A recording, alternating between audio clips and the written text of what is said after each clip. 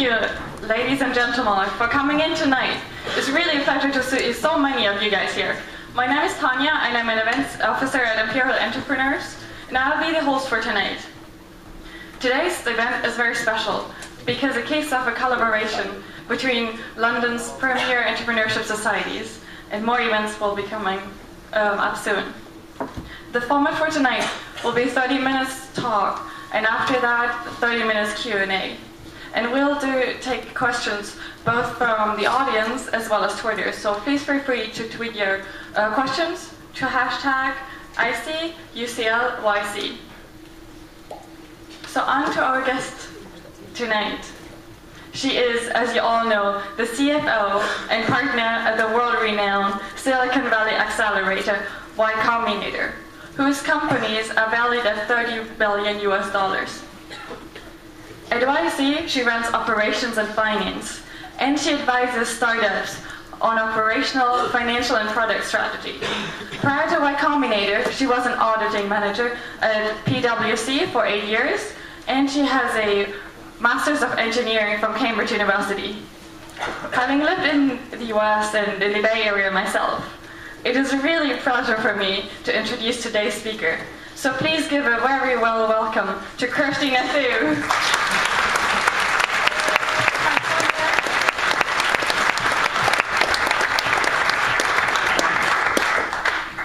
Okay, so as Tanya mentioned, I'm going to do a brief talk about how YC works.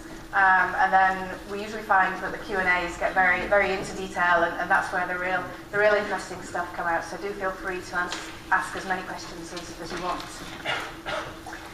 So, a bit about me. As Tanya said, I'm a partner at YCombinator, and so what that means is that I work with the companies that we fund very closely.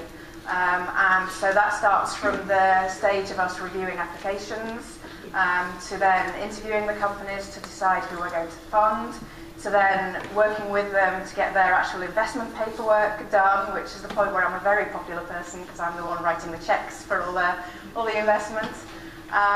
Then during the batch, I'll work with the companies to help them with any questions that they have that I have the relevant experience for.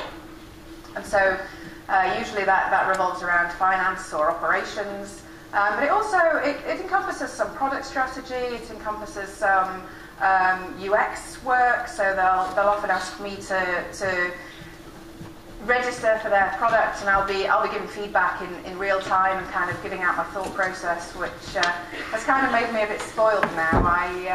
I kind of expect that everything to just jump and change when I give feedback. So I kind of just email HSBC Bank and they're like, your sign-up flow needs to change. And unsurprisingly, don't get a lot of response from them. I am one of the few partners, actually, who has not worked in their own startup. The vast majority of partners are people who have run their own company and have sold them and are now looking for something to pass on all the knowledge that they've learned. The difference that I have is that YCombinator is kind of my startup. It's I'm running all the background work there, all the finance and operations, and so when I'm giving advice, I'm kind of following my own advice at the same time, and the stuff that I'm doing is the stuff that I'm advising the companies on as well.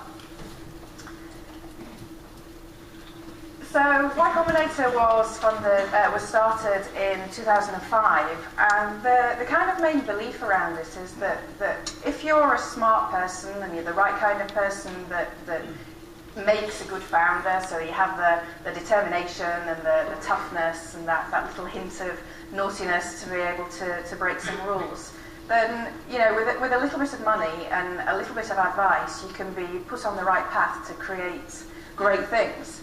And the way that we do this is that 2 times a year we invest in a whole bunch of companies.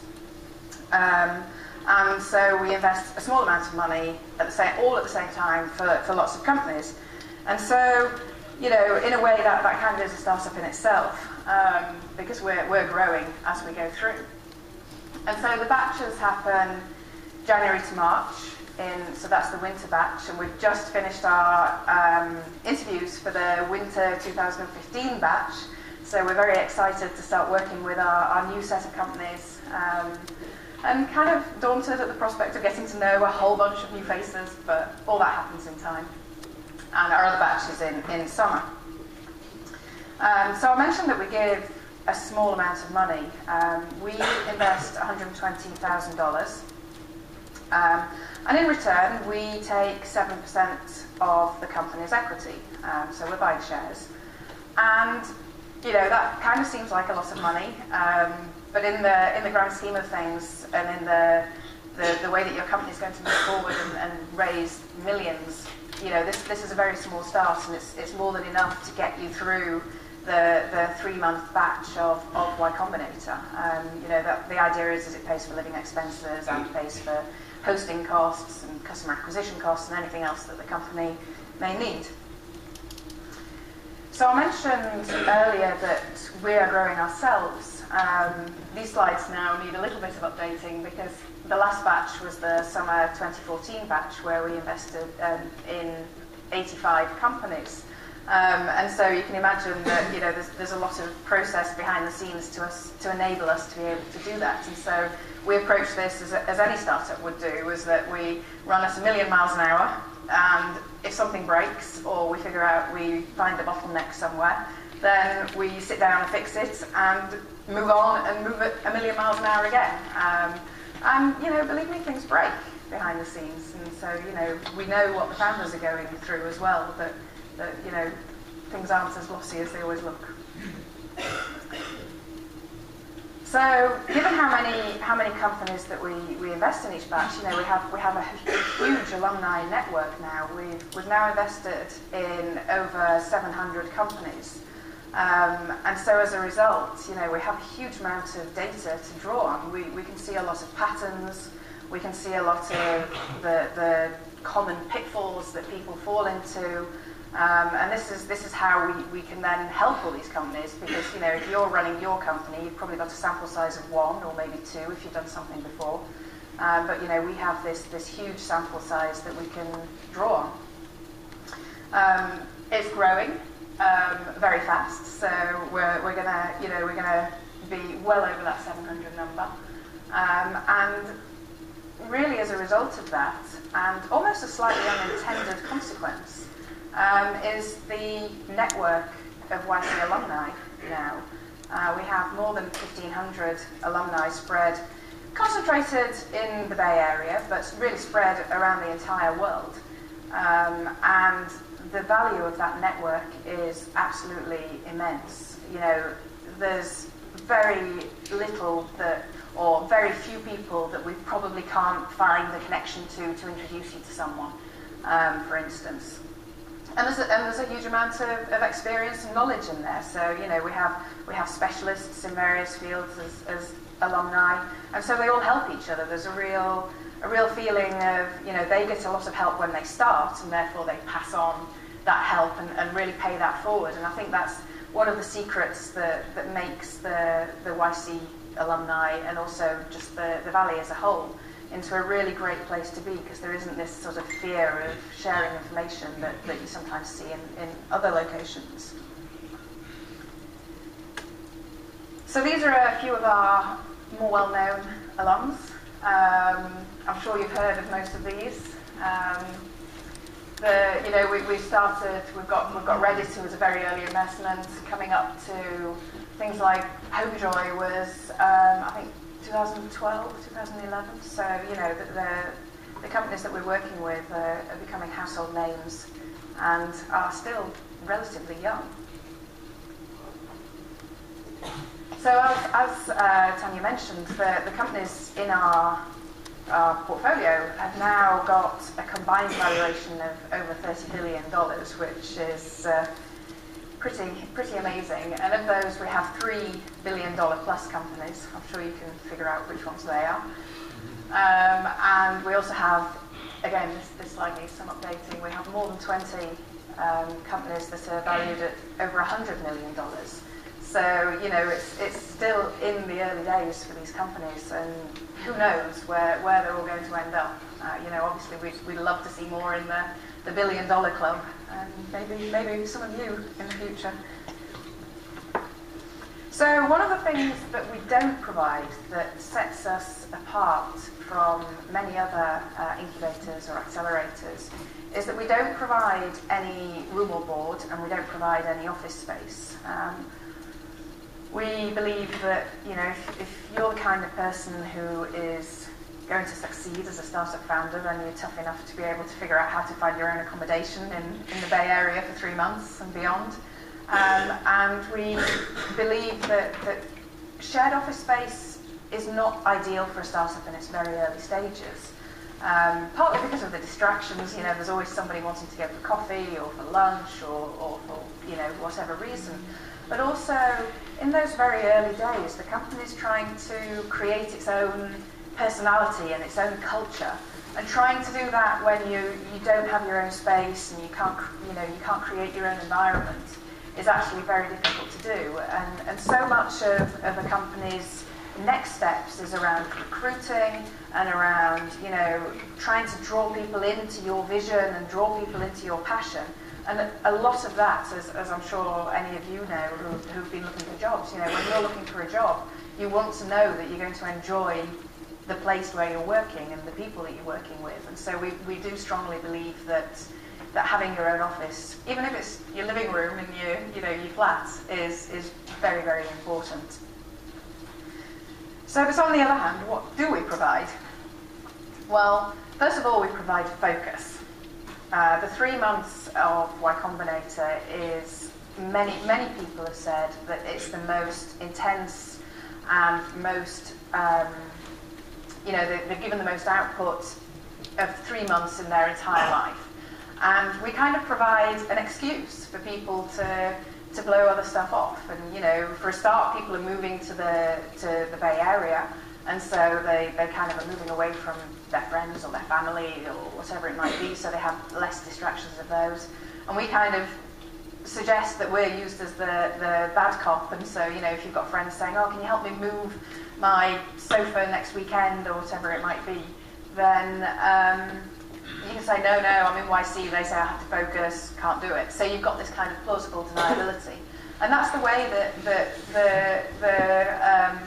the output is got, you know, that's how it's just so intense and how much is achieved in those 3 months.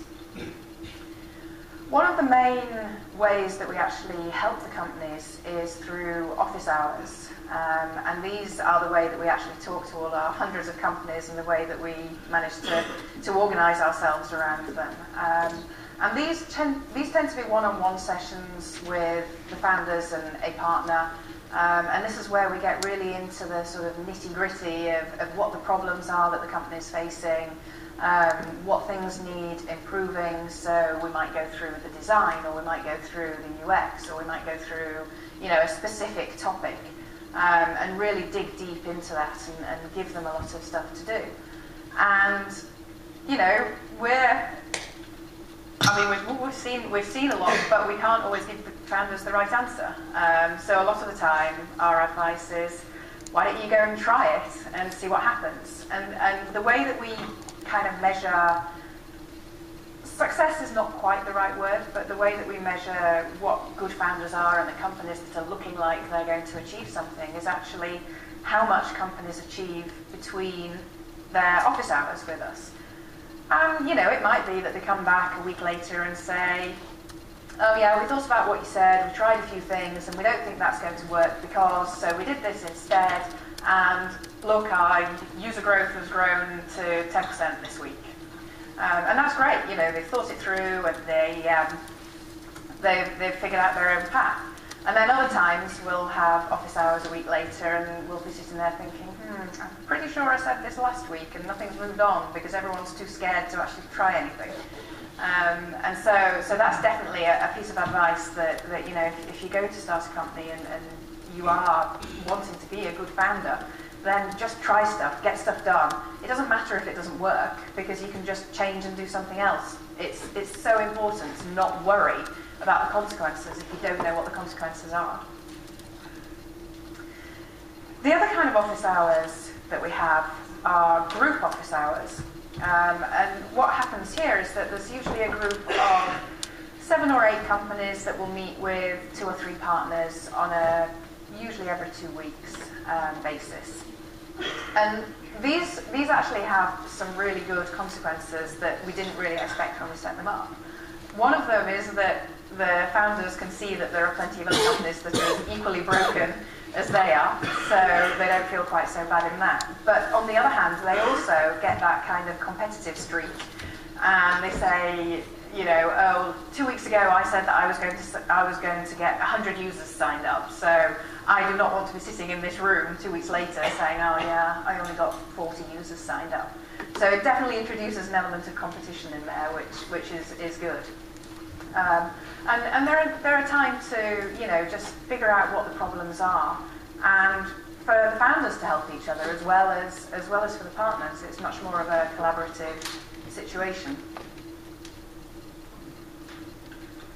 Oh, I've lost my group. I've lost my connection. Hang on. Oh, here we go. We might be back. Yeah. Okay.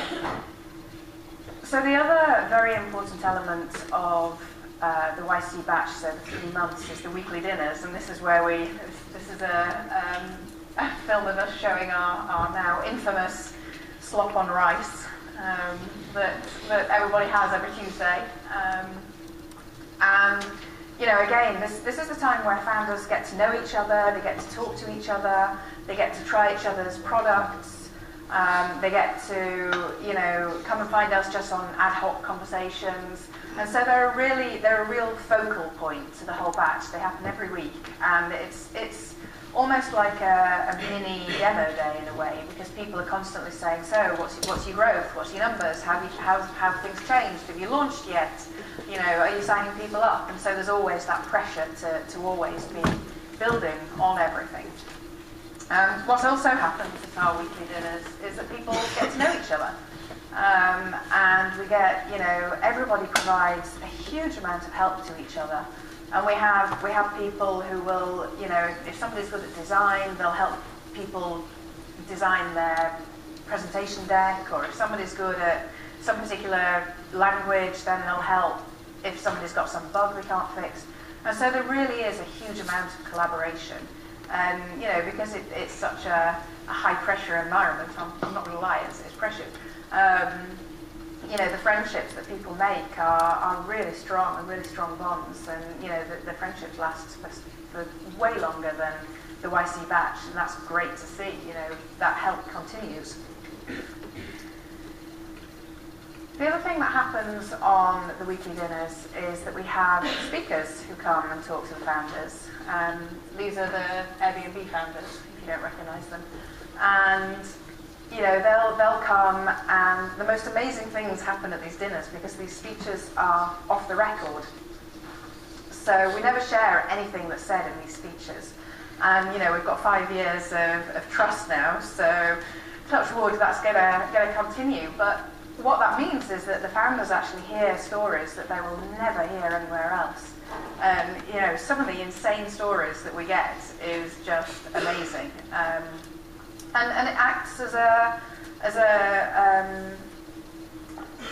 you know, they can see that, you know, Joe and Nate and people were sitting where they were sitting not that long ago, and suddenly, you know, they're standing up at the front and talking about Airbnb and how successful it is, and it shows that, you know, they can do it. We don't just have entrepreneurs come and talk, we also get people who are investors. So we might get somebody from Andreessen Horowitz or from SV Angel, and they'll talk a little bit more about fundraising and what they're looking for in founders and companies when they're looking at investments. So that provides more, you know, more information for the founders to be able to work out what they need to do to get to the next step. So these talks are just absolutely focal on the founders to be able to keep that impetus going.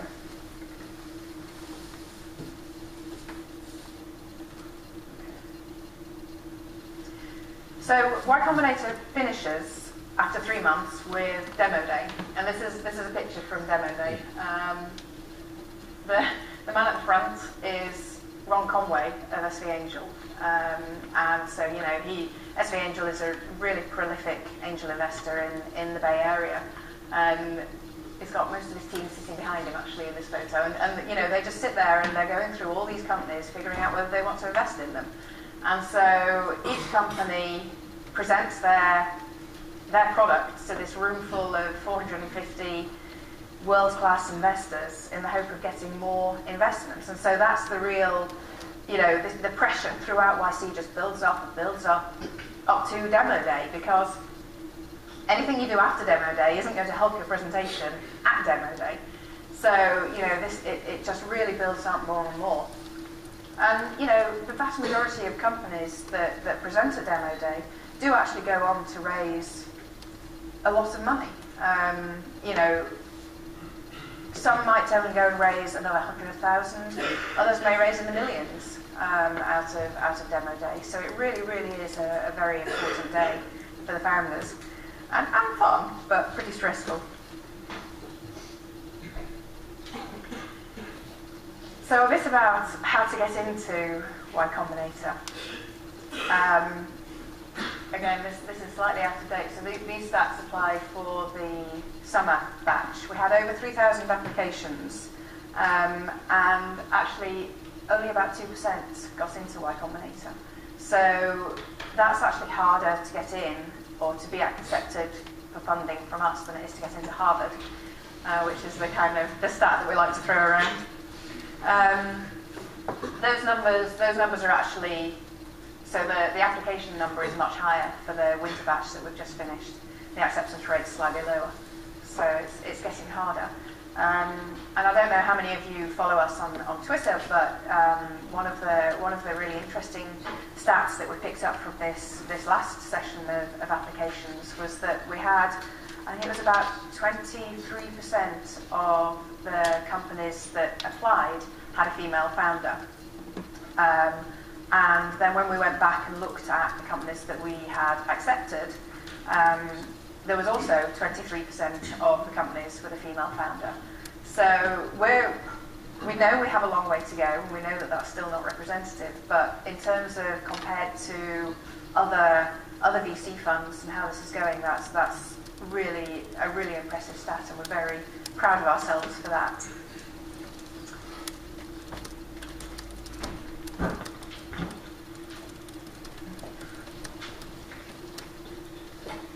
Looks like this. Oh yeah, there we go. So also in terms of international founders, and obviously I'm standing here in London and telling you all about a US incubator. So, again, people often think that we only take people from the US, and that we only take Stanford graduates, and all of these myths that are out there. And it's totally not true. Again, in the last summer batch, we had 183 founders. And of those, 74 were not born in the US, so that's not far off half were actually international. And they came from a vast, all over the place, all over the world. So it's something that, even if you're considering starting a company that's based or that's focused on a market in the UK or in Europe or in India or in China, it doesn't rule YCombinator out for you. In the last batch, we did have one company who was doing tax software for India, and they came and they spent 3 months with YC, and then they went back to India, and that's totally fine. That's totally possible. So don't let it put you off. And actually, coming out to the Valley for 3 months means that you learn an awful lot, and then you can take it back to your home country and put that into practice. So the other myth that we have to put to bed very often is that people either think, oh, I'm too early for YCombinator, or they think, oh, I'm too late for YCombinator. And actually neither's true. We will accept companies at any stage, probably up to raising a Series A, so probably raising a few $1 million on a Series A is maybe the end of the sweet spot, but we still have people who are outside of that as well. If your company's just an idea, we can help with working out how to actually get that idea and bring it to fruition. If you're at the point where you've got a few users, we can help you figure out how to accelerate that growth. If you've already got lots of users and lots of growth, then we can help you take it up to the next level and help you with the fundraising and help you with all the other things that come with growing a company from just being 2 founders to being 10, 20, 50 employees. So again, it's one of those things that people always worry that it's not the right time for them, and actually that's not true at all. And the other thing to bear in mind is that even if you apply and you don't get accepted, there's no problem. You know, you can reapply, and actually many of our companies get funded by us on their second, third, fourth application. So again, people kind of worry that, oh, I'm not at the exact right time to apply for YCombinator, so I mustn't do it this time. You learn so much about yourself and your thinking by going through the application process that it's totally worth it, and it doesn't count against you if you apply and you don't get in. So the other... Oh, is this going through?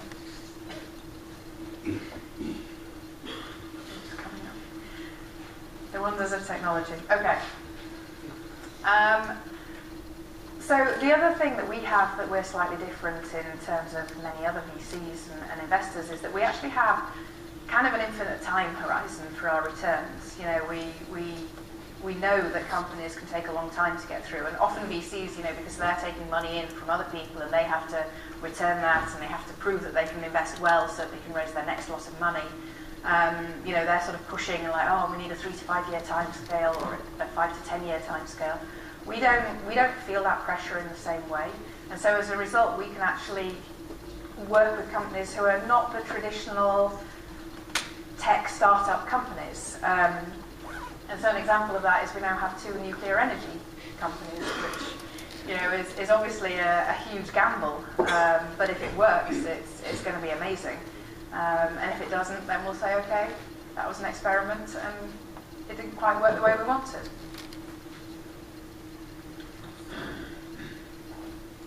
So I don't know if any of you were at Startup School in London in July. It's one of our big events there, where we kind of try to help people, and we want people to know more about startups and about how to be a good founder and what to do. So Startup School is one of those events that, you know, you can really pick up a lot of information, and if you're still figuring out whether startups are the right thing for you, then something like Startup School is a great place to come and find out. And, you know, let's be honest, startups and being a startup founder is not for everyone. It's a really, really hard life. And, you know, you see all the success stories and the Instagram stories where they were just like, yeah, you know, we did this for a few months and then it kind of just worked and then we got sold for $1 billion and yeah, that's us. You know, that is not how startups happen. Airbnb spent years, you know, just tootling along, not really doing anything before they saw that growth. And, you know, they were maxed out on their credit cards and they were eating cereal to stay alive. And, you know, it's really hard. And so it's not going to be the life for everyone. And that's totally fine too. You know, we see many people who are going to make great lifestyle business founders, so, you know, less of the pressure in terms of taking external money and having to get that growth. It's just something that is self-perpetuating and self-funding and creates a very nice life. And that's no problem at all. We recognise that fact. But, you know, you need to figure out what kind of person you are to jump in on that. Quick plug for Hacker News if you're not already using it. Great way again to learn about a lot of startup stuff, know what's going on in startup world, in YC world, in you know, a lot of that that's going on. It's the URL comes up there, but if you don't know about it, it's news.ycombinator.com. And, you know, again, as part of being part of YCombinator, you see a lot more on Hacker News in terms of being able to meet up with your community of peers of YCombinator people, so it helps a lot. Okay, that was a very fast run through of what happens at YCombinator.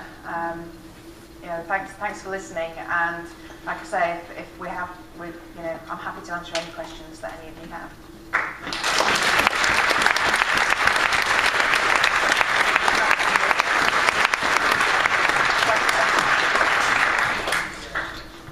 Thank you so much to Kirsty for giving us such a great introduction to YCombinator. So we'll start up with a question from Twitter and then open it to the audience for questions. So feel already free to start thinking about your question. One of the questions that was asked is what differentiates YCombinator from other accelerators, other than their success stories, of course? Well, there's a lot of other accelerators and other incubators out there, and I guess we were kind of the first wave of these. So most of what separates us is actually what I was talking about here, the alumni network and the breadth of experience. There's no other incubators that have over 700 companies, for instance.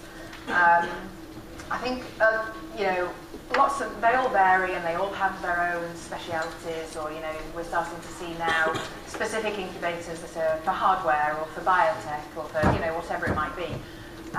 We don't do that so much. We think that all of those kinds of companies can help. We can help them. So we don't separate in the same way.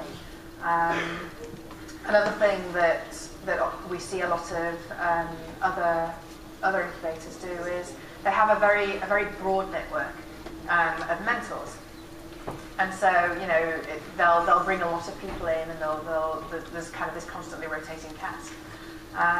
And we do that, but we do it in a different way. We kind of tend to keep it all very internal, and so most of the YCombinator partners have been through YCombinator themselves.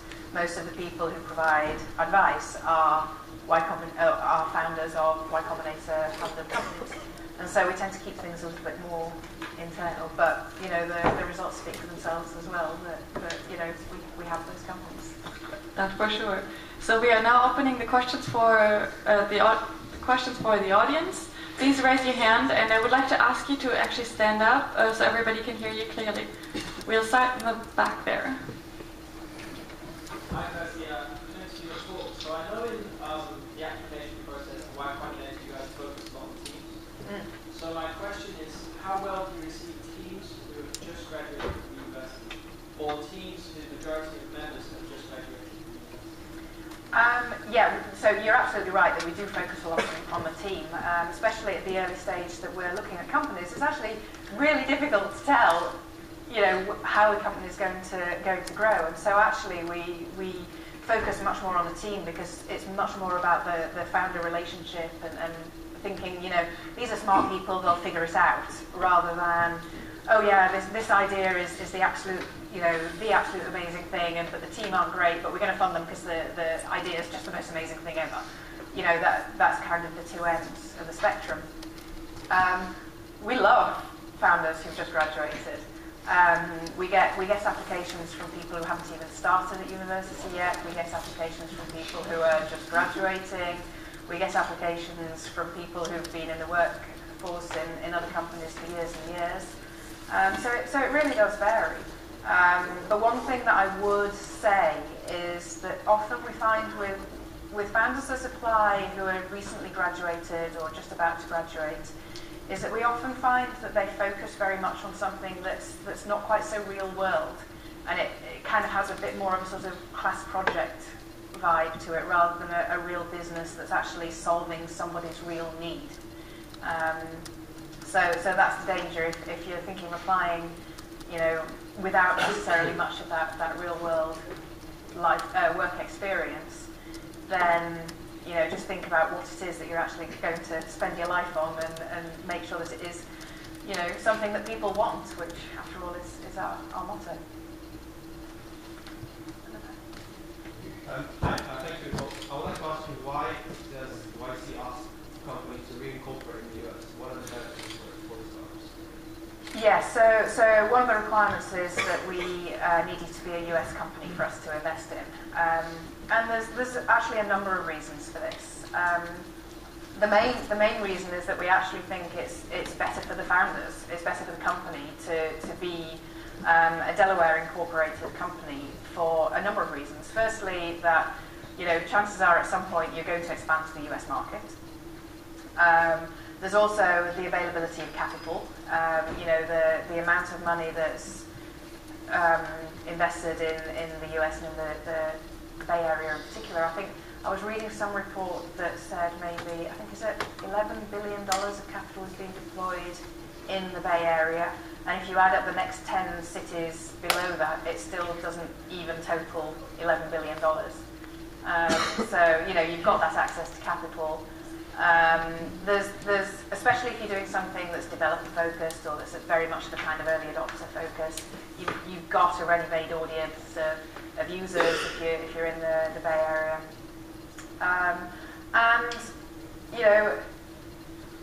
There's always exceptions to every rule, but we are a US incubator as well, so we basically wouldn't do anything to harm a company. And so, us insisting on being a US company is because we think it's actually best for the company. Rebecca? I guess the example of the talk. So I got really interested when you said that you've been involved with UX and started talking and stuff like that. So I've been watching a lot of the talks with YC from the startup class, okay? And one of my favourite talks was from the guy who founded Weekly. Oh, Kevin, yes. Yeah. And what he spoke about was all about the emotional design of Weekly and how they were so connected to these space that I think managed to completely eradicate their marketing budget in the first few months. I think this is a really fast-growing area, something which I'm getting involved with at the moment. What are your thoughts on kind of emotional design and where we're going and how startups should be using it?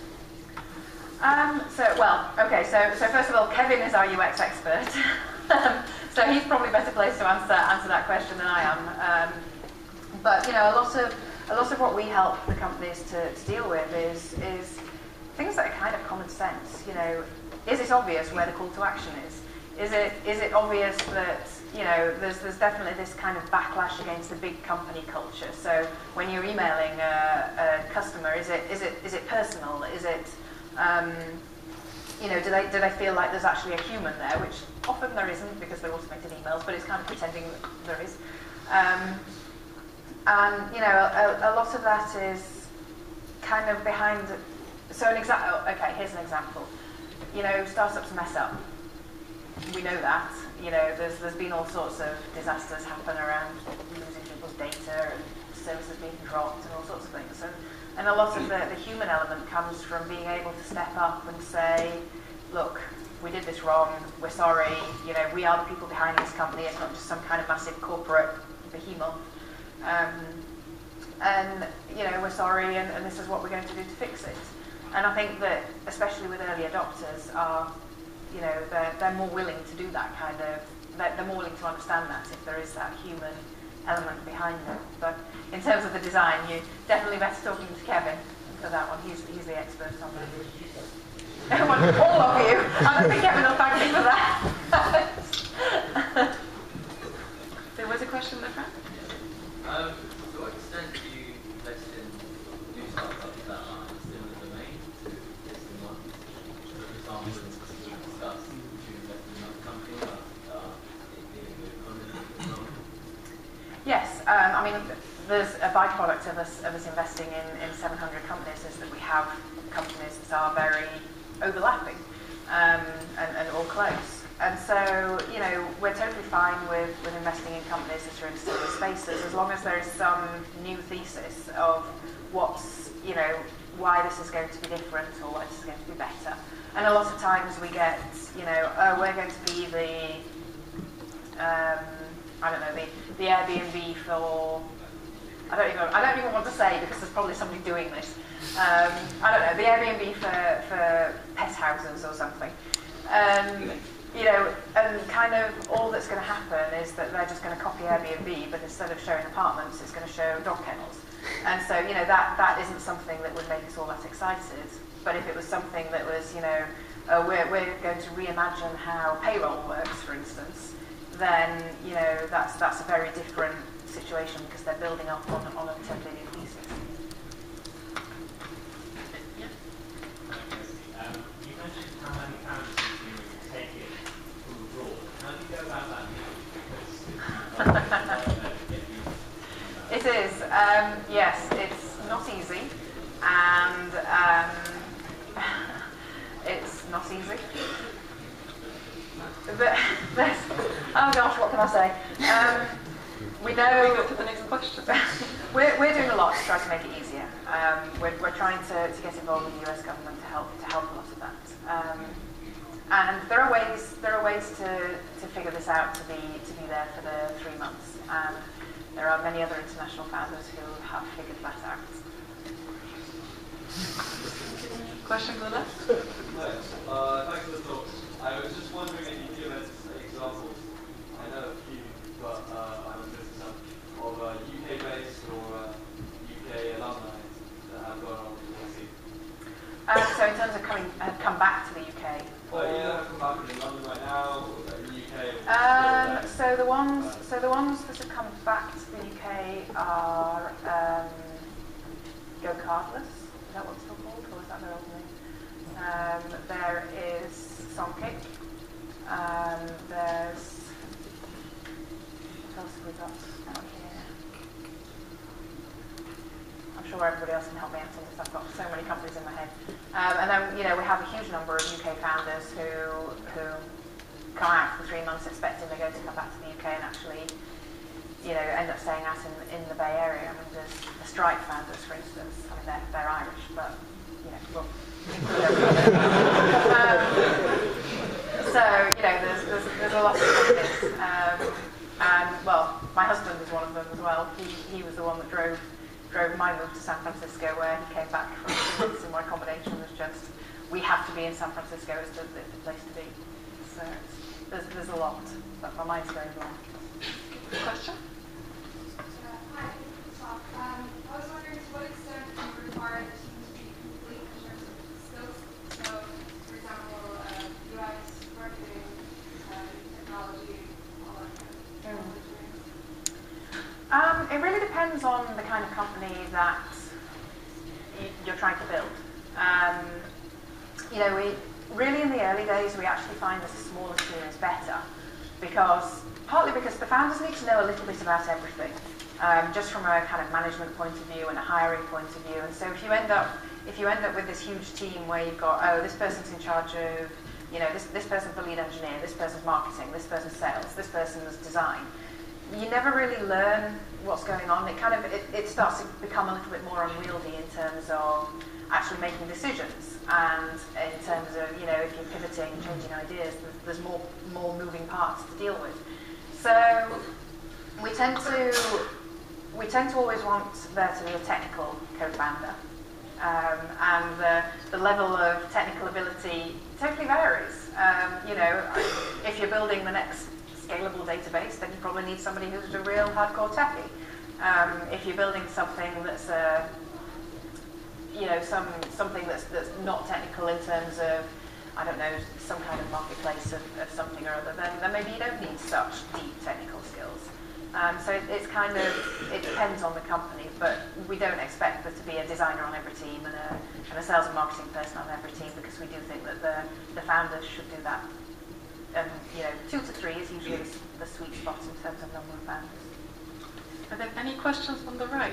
I'm very focused on the left side right now. You all out. Go ahead. Hi, you spoke that you said that 23% of the applicants were female. So 23% of the companies had a female founder, so there could have been more than So one. I was wondering, that's really low as Yeah. well. And so you have any policies in order to try to increase this? And also, I also was wondering, the more revising the application, was the gender balance or So the second question, so within YCombinator we have 4 female partners, and when we're doing the interviews, there's always a female partner in the room for every single interview. So that's one of the things that we're doing.